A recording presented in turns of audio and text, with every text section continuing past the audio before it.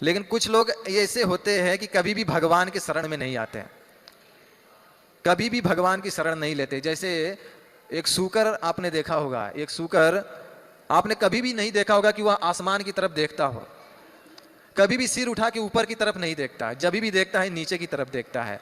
मल किधर है, कीचड़ किधर है, गंदगी किधर है, हमेशा उसी की तलाश में रहता है।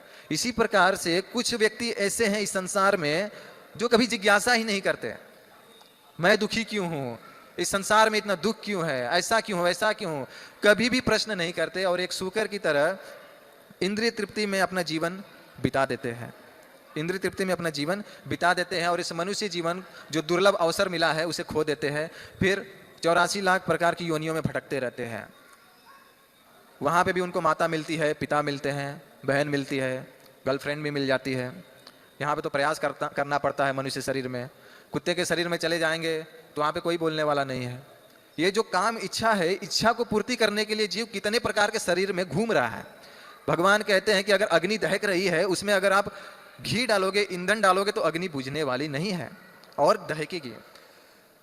तो इसी प्रकार जो काम इच्छा है, जब व्यक्ति जितना इसको तृप्त करने का प्रयास करता है उतना बढ़ते जाती है और नाना प्रकार के रोग, नाना प्रकार के कष्ट उत्पन्न हो जाते हैं। और एक शरीर में यह इच्छा पूरी नहीं होती, बुढ़ापा आ जाता है फिर भी इच्छा पूरी नहीं होती, फिर उसे एक शरीर से दूसरे शरीर में जाना पड़ता है इस इच्छा को पूरी करने के लिए, वहां पे भी यह इच्छा पूरी नहीं होती।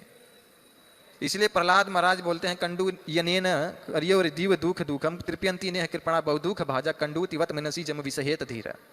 यह खुजलाहट को जो सह लेता है वही बुद्धिमान है। जो इसको खुजलाने का प्रयास करता है वो खुजलाते खुजलाते एक दिन घाव बन जाता है, और घाव बन जाता है तो वह तकलीफ देने लगता है, दर्द देने लगता है।